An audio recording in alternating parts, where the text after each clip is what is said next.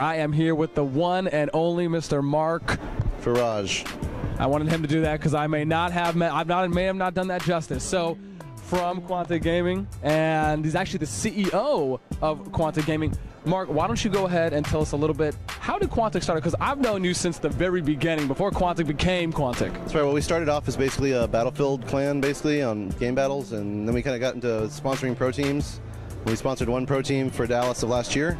That turned into like 2 or 3 pro teams for Dallas, and we came to Dallas and we won Dallas with leverage. And then that snowballed into our winning 4 MLG championships in Call of Duty last year, culminating in the Nationals with Next Threat. And then we broke into StarCraft and Team Fortress 2 and expanded that back out into Battlefield. And then now we're in StarCraft 2, Dota 2, and we're considering a League of Legends expansion. And of course, we're back in Call of Duty with TB and Aches and Fears and a new crew for Black Ops 2. We're very excited about that. And we're looking to come back in as the reigning champion and defend our place in the Call of Duty world. So. I know Quantic is fairly a new organization, of course, compared to most. They've been around for a long time. Can you kind of explain ultimately how you got into it? Because I know you guys have a very rich Battlefield background, and that's definitely where you guys, I don't know if that's exactly where you started, but I know that's at least where a lot of the beginnings were from. Is that? I mean, I think what originally got me into this was that I saw the character building benefits that this provided the young people that were involved, and I really still feel like largely this is an underfunded youth activity more than anything else.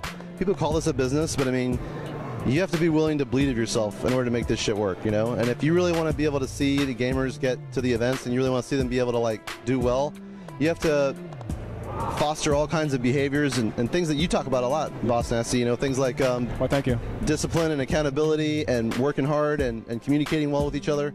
And if you can't do those things effectively as a team, you don't stand a chance, really. And I know that some teams may do that better than others, and they may make it look like they're doing it, and other teams may not be doing it, but doing well. But for the most part, the teams that are doing well consistently are doing the work required, and they're doing that work consistently, and that's what provides them with those performances. How did you come up with the name Quantic? Actually, we searched 10,000 different names, 10,000 different words. So we use this. Dictionary.com? Actually, it's visualthesaurus.com. And you use this big like tree thing, and it would make you like all these different, like you'd click on a word, it would go to all these other words. The synonyms? Yep. Okay, yeah. And we found Quantic was actually it's a mathematical term. It means a homogeneous polynomial with more than one variable. Very nice. But it's actually, there's like an orchestra named Quantic. There's like a bunch of different things. The reason why we chose the name is because it's an actual word, so you can't really copyright it or like. It's not a made-up word for any of you nerds out there. Exactly, it's a real word, and also because we chose it because any team name, at the time we were doing a lot of console teams, and console teams all have their own independent, unique identity, and so any team name that we put with Quantic in front of it sounded even more badassery oriented than it did before. So if you like had leverage and you put Quantic leverage, it sounded even better. Yeah. You had fear, you put Quantic fear, it sounded even better. Yeah. So yeah, that's why I went with it. I know you have organizations such as EG or VVV Gaming. Those words may not necessarily hype up your team name, but Quantic, I could definitely see that. It's almost as though it creates a 2-word combination, knockout punch, of sorts. Right. And well, the thing is, EG's brand is all EG. Like that's all they do. They don't like when they were trying to pick up Triggers Down, and Triggers Down wouldn't give up Triggers Down. EG was like, well, sorry, we're not doing the deal then. Yeah. I mean, and we've kind of moved in that direction as well, as we've kind of grown up, I guess, you know, and kind of become like, I mean, our Call of Duty team is now called Quantic Gaming, and our Dota. Before it used to be Quantic Leverage. Yep. So I mean, the leverage brand is not gone, but it's shelved, I guess. You know, just because the brand ubiquity kind of requirements of the industry say that, you know, you want people to be able to thread everything together in a real simple and easy way and tell a unified story. And if you don't have one brand, one vision, one conviction, you can't do that. How big is Quantic currently right now from at least a figure stat perspective? I mean, Quantic is from a media perspective, from an exposure perspective, from a performance perspective, from a budget perspective. Quantic is undeniably a top 10 global gaming brand in esports. And we operate multiple teams on multiple continents with multiple facilities. We have a staff of 10 that are full-time that operate the business, full or part-time basically. And then we have a media crew that's like between 25 and 45 at any time of producers. That may be commentators, maybe video editors, might be interviewers or whatnot. So I mean, it's a wink, wink. It's a global business. It's a global business in a growing marketplace, and it's still the Wild West out here. You know, it's still high risk, still high tension. If you're not willing to play the game and take losses and make mistakes and it's all about staying in business and being able to basically not repeat those mistakes. There's no manual for this business. So you really got to be convicted. It's a multi-year grind, and if you don't love this shit as much as I do, then you probably shouldn't be here. I'm glad I showed up then, damn it. So let's just talk about giving up your name. Yeah. It almost seems... Jareth would say, fuck your name. Yeah. Nobody cares about your name. Yeah. Oh, man, you got to see that rant. That's a great rant. Losers Bracket 100 from Lord Jareth the VVV. Yeah. He goes into this, and basically... He preaches it. He preaches it, because you know what? If you want to be... There's a certain point where you become a pro gamer at a certain level where it's about being a pro gamer more than it is about your name or your tag or your whatever. Like, that identity is something that you may create, like, as you rise. But there's a certain point where it's like, we're going to pay you to do this, and you're going to do what we need you to do in order for us to pay you to do this. And if you're not willing to do that, then we can't pay you to do this. It almost seems as though players get this idea in their head that they are literally giving up their identity. And it's not really that. It's just them giving up one name that is a part of their identity, more of a minority, not a majority. I mean, people will still recognize... Being a gamer is an anonymous activity, right? Can we all agree on that? That you start playing games online, you're in the shroud of anonymity. Becoming a professional gamer is about becoming a real person, the real person that is actually you, first and last name, is a public figure in the gaming world. What your nickname is might be a legacy, or it might be something like, as a player, your brand is important. Sure, we want to grow that. We want to grow BOSSNASTi, you know, we want to grow whatever, you know, I hope so. Pipe Down, you know, we want to grow whatever your brand name is. But as far as the team goes, if we're funding it with our money and it's our sponsors behind it, then obviously, you know, we need the team to be named whatever the sponsors want it to be named. If that's Red Bull, whatever, if that's Quantic, whatever, then that's what we got to do. And so we try to grow up that player brand and try to provide you with some guidance and coaching to get the right behaviors, not just from a skill perspective, but from a brand perspective as well. But yeah, when you reach a certain professional level, man, it's serious. It's not, you're not just fucking around on Xbox. It's the motherfucking bee's knees up at this bitch. You know what I'm saying? It's not necessarily like they have to give of themselves. Like they can, you know, they still have their own Twitter account, right? It's not like you take that over. Honestly, very rare that a team in its entirety rises to our level. Like you don't come to us, we come to you. And when we, you know, if it's like a particular player, you might be solicited by our team to scrim with them to maybe like join the team. But it's very rare that you see an entire unit. Eventually, that unit that you've been playing with and you've grown with, you're going to have to spread your wings and fly. So, just like a little bird. Just like a little bird. A little bird. A little blue bird. A little blue bird. So unless you're one of BOSSNASTi's teams, in which case then you might just plow right on through top 16. That's going to happen, don't worry. So you guys actually go out there and you look for people. So do you guys actually have scouts, so to speak, like what we see for Major League Baseball, going out to events, or maybe watching VODs, keeping tabs up on people? You got your blacklist book or whatever it may be? Yeah, we know everything that's going on. We know everything my fucking CIA. Contacts with all sorts of people in all sorts of places. I mean, like, if we're getting into a title, we know who's who, who's up, who's down, who's in, who's out, who's good, who's not, who's a troublemaker, who's got the shock value effect, who's got all that stuff. Because we're trying to build an entire package for our partners and for the fans that tells a story that's coherent and meaningful. So it's going to be the guy who's the rogue guy. There's going to be the guy who's the fan, you know, god who works with his fans and chats with them and tweets with them all the time. There's going to be the guy who's just badass at the game and, you know, the scumpy, right? You know, who just kills everything, right? And I can say that because we had him on our team, you know, and he was 15, and he was a young kid, but just amazing at the game. So I mean, you know, if you looked at the leverage roster going into this event last year in Dallas, you had Aches, you know, the fearless leader, but hated but feared, right? TP works for the fans all the time, present, right? Scump, murderer, you know, on the game. And then Bobby, the anchor point, you know. We're looking for that full package. So. I had to go talk with Mark Julio, I believe, from Mad Cats, and he was even telling me just some funny stories about people walking up to them and saying, hey, can I get a sponsor? I'm this and that, and I'm this person. It's like they didn't really necessarily go through the proper channels or even come up and present what they had in a professional way to begin with. And so it just seems as though gamers really aren't too keen on the business side of games. It's hard because there's so many gamers out there that need support. Yeah. Right, that want to do this more professionally and that want to do this more seriously, but they need to feed themselves too. We get dozens of applications from teams in all different titles. We get dozens of applications from teams in probably like 15 titles every week. Like in StarCraft 2 alone, we've had 10% of the world's Grandmaster player population apply. So some motherfucking big numbers. Shit. The pickings are slim. Yeah. And it's not about are you good enough. And that's just a great number, by the way. I just want to point that out. Fantastic number. It's not just about are you good enough. It's about are you the right person for the right fit for the right thing that we're looking for right now. It's more than Quantic just being an organization, just as much as it's more than EG just being an organization. You guys are actually trying to establish almost a mission statement or your own perspective, your own characteristics that set you uniquely aside from the rest. Right. What would you say Quantic's are compared to an EG's or a Star Sales or an IM or... Our slogan is the people's team of pro gaming. We want to be out there with the fans. We want to be a unifying force in the industry. We want to be a transformative force that's driving innovation in the space. And we want to be more transparent and open with people so that people can understand the grind and the gears and how it all turns and what makes an organization like ours successful or unsuccessful in the space. It's very, very hard to do what we do. And we want to try to pull the curtain back on that a little bit. Did you ever think that you would be here? I mean, I remember conversations we were having way back in the day when you were, when we would talk, and you're like, "Hey, I had some questions for you, and I'm thinking about doing this and this and this," and you were just looking for feedback from a bunch of other people because you were interested in getting started in the scene and starting up the organization. Did you ever think Quantic would be as big as it is right now? No. In fact, if I said that I was going to try, if I said that I tried to do this, I probably would have failed. If I'd known what I wanted to do and that was this, I probably wouldn't have made it. And if anybody asked me if they should do this, I would tell them absolutely fucking no.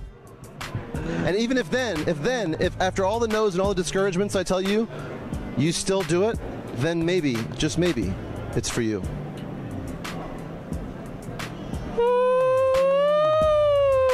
You gotta love it because you're gonna give up everything that you care about in your life. You're gonna put at risk to do this because it's so young. It's the Wild West out here, and one trip. People are hungry. People are hungry, and one trip up, you could just be snuffed right out like that. So to stay strong for the long haul and to prove that you can be a steady force in the industry that's positive and follows through on your obligations to people, it's a real challenge, and it takes a lot of work and a lot of dedication, a lot of commitment, a lot of belief from a lot of people. I wish I could say that I owned this team, but I don't. This team belongs to so many people who've dedicated their heart, sweat, blood, tears, money, savings into making this what it is today. And I am grateful for all those people, and I couldn't have done this without them. And I appreciate everybody's continued contributions in every way, from players to co-owners, staff, management, fans, everything. How many times have you practiced out in the mirror? I have never said that before, actually. I was actually pretty well oriented. I was like, I thought he had like the elbow script or something, where he would just peeking a bit. Watch this interview, and I say, wow, everything Mark just told me is fantastic. It's great information. It's making me more knowledgeable about how I'm going to approach myself, how I'm going to present myself even. What advice would you give to teams, to players, on how to package themselves in order to present themselves to an organization like Quantic and others in a business-oriented way that would acquire them some interest or potential sponsorship? First of all, winning is just the beginning. Like, being successful in the game is a prerequisite for playing in this industry. If you're not good at the game, then you don't even have a business being here, right? Secondly, being good at the game isn't everything. Being with your fans, being present, being visible, engaging with them, showing them your personality, becoming a unique public figure in the space around a specific title or around a specific niche in your brand is super important. And the thing that we look for more than anything is the social metrics of your sites. If you have Twitter, Facebook, streaming sites, how many followers do you have? How many tweets are you doing? Subscribers on your YouTube channel. How much engagement are you doing with those fans? It's not just about how big your fan base is. We're not looking for the biggest numbers. We're looking for the people exhibiting the right behaviors, because we know that we can coach and grow and invest in their brands to produce something that's of value, not only for our partners, but for the fans themselves. I thought he was going to continue talking. I wanted to try and just have it just be like, oh, moment. So we just want to really simplify it for those freaking basic nerds out there and shit. It's pretty much saying that you need to have numbers. You need to be able to promote something of your whoever's sponsoring you and say, hey, I could tweet this out to 40,000 people. I can make a video and I can promote it and get 20,000 views from it. I wouldn't just say that you need to have, yeah, that's great. If you're there, then yeah, we want to talk to you, right? But but the point, even more important than that is doing the right behaviors, doing Q&As at the end of your streams, tweeting with your fans about new products, even if you're not sponsored by those people, sharing ideas and strategies and new ways about thinking about the game. Like, those types of things that connect you with your fans in a way that makes them makes you a part of their daily routine. And most importantly, being consistent is everything. It's all about the interaction, right? You don't have to have 40,000 followers, you can have 400, but if you're treating them the right way, we know that's going to grow. We're going to pick you up and we're going to want to engage with you. Yep. Shit. Okay, very strong words here from Mark so far. I'm going to tell you right now, if you're watching this interview, you should be having brain gasms. We're talking Jimmy Neutron brain blasts all day long. Where do you see yourself now, well, I guess in the next couple years, for maybe what games you want to involve yourself in? Do you really want to focus on esports? Are there other areas that Quantic hasn't explored yet that you want to branch into? I mean, obviously we're big in RTS with StarCraft 2, which is going to be around for a while. That's our biggest investment portfolio pick right now. I mean, like our market positions in StarCraft 2 are deep, and we plan on holding them for a while. Dota 2, I think, is from a MOBA standpoint, or LOL, is another area that we're really keen on looking into.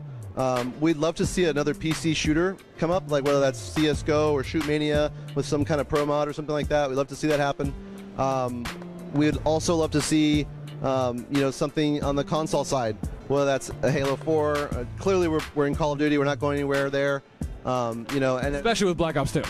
Especially with Black Ops 2, and we want to really provide that continuity with the community in Call of Duty, that we're committed to that game, that title, because we're kind of we came in as the underdog with Optic and Eon and Envious, and to be able to take that victory last year in the final moments in a 3v1 clutch scenario in S&D, where I'm sure the guys at Envy thought they had that in the bag, and just to take that from them, I mean, that was a really big moment in Call of Duty history. I mean, we came in with that team Next Threat. Nobody even knew who those guys were at the beginning of the year. And that team struggled throughout the year to stay stable with its roster and making changes and stuff like that. And we always thought that Leverage was going to be the one to come through and punch through at the end, and it turns out it was Next Threat. And that's really just goes to show you that in esports is a new champion every day. You never know what's going to happen. You just got to keep trying. Even when you're down, you got to pick yourself back up and you got to keep pushing hard. So I'll be honest. I mean, I looked at the bracket. I was like, who are these Randys? I just no idea who these scrubs are. Oh, and by the way, Next Threat as a team in Dallas came from nowhere as a team that had never been on the circuit before in any kind of way and made top 16. I'm sorry. It's okay. It's big stuff. I mean, they still haven't done what I'm going to do, but yeah. But I mean, once again, no. If we did, we can't talk about it like you would. Damn it. That's true. But okay, so but once again, I mean, but these players as well. I mean, have they had any? I mean, but when they did do that, which was a feat in its own right, without a doubt, no one, I believe, would disregard that at all. Did they actually have any other pro circuit experience? Had they ever been to any events at all, or at that time? Vengeance, the team captain, he had been with Optic the prior year, but the rest of them were rookies. Yeah. Okay. So none of them have ever attended an MLG event or a major, better yet. Nope. I like that. Even Sensor, Sensor, who's now like a pretty big name. After that victory, and Next Threat's actually become a name in and of its own as well. Household? You know what? I think it became the 5th Call of Duty brand when they won. Obviously, we talked a little bit about Black Ops 2. I almost feel I would be kidding myself if I asked you about Halo 4. I mean, Halo is such an established community. I think it's really been strong for a long time. I think we're going to see some really good things come out of that. I mean, whether that's going to be a resurrection or a reunification of the prior, brass in that game and those big names that we've heard about for so long, I don't know. Whether that's going to be new blood and new invigoration, I don't know. I can tell you this much though, that Halo and Call of Duty have always been seen as opposing forces. I don't think that's going to be the case. If they both survive, I think they'll be seen as far more congruent than ever before. Okay. It's just that we're not really seeing too many esports features in it compared to what we're going to be seeing for Black Ops 2. Yeah, in Black Ops 2 we're seeing esports features galore. We're seeing stuff that's really going to revolutionize the way that the game is played on the console, especially with streaming and a lot of the new clan support system and stuff with Elite. I mean, it just can't be stressed enough how much they, I think, are really pushing to try to do what we as an industry need done in order to be able to make the game as successful and with as much longevity as possible and get as many players involved as possible. As much as Call of Duty has always been like a small community of people that play the game really well, like as an esports organization, we want that community to grow. We want tomorrow's stars to rise. Like it's not just about keeping things the same way as they've always been, It is about mixing it up. Hopefully. So, yeah. That's what BOSSNASTi is damn sure trying to do up in this bitch. So, P.S. Last question too as well, aside from me being your favorite person in the universe, is do you enjoy seeing someone out here at events providing this kind of news coverage, like what you see from what we're doing on more of a grassroots level, not necessarily focusing primarily on the pro players, but more on the community? It just doesn't seem like there's a lot. I'll tell you this much for sure. There's been a lot of people who've done this in StarCraft in the last year and turned into really mega huge personalities that now work for MLG and IPL and all this kind of stuff. There's nobody doing this in the console space. Yeah. It's a damn shame. I'm glad you're here. Yes! Oh my gosh, I knew it! I knew it, strike. Okay, aside from that, shout-outs, mentions, plugins you like to give? Absolutely. Our sponsors, Razer, Twitch, Machinima Versus, DB Vision, and Alienware for being the exclusive provider of equipment for our San Diego training facility, and our Korean partner team, StarTel. Once again, Mark, thank you so much for the interview. I do appreciate your time. You are a busy man. Thank you. Peace. Quantic is so awesome. Okay, once again, guys, thank you so much. This is Mark Ferraz, CEO of Quantic Gaming. So happy to get an interview with him.